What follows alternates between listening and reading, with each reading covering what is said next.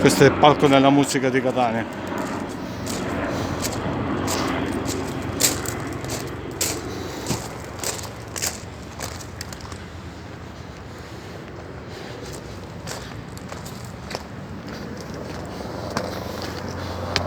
Questo qua, siamo nella Villa Bellini.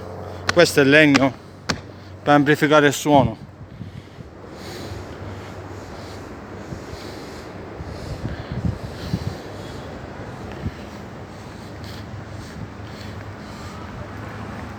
Qui hanno cantato e suonato artisti famosi. Qui sono nella Villa Bellini. Quello è l'elicottero.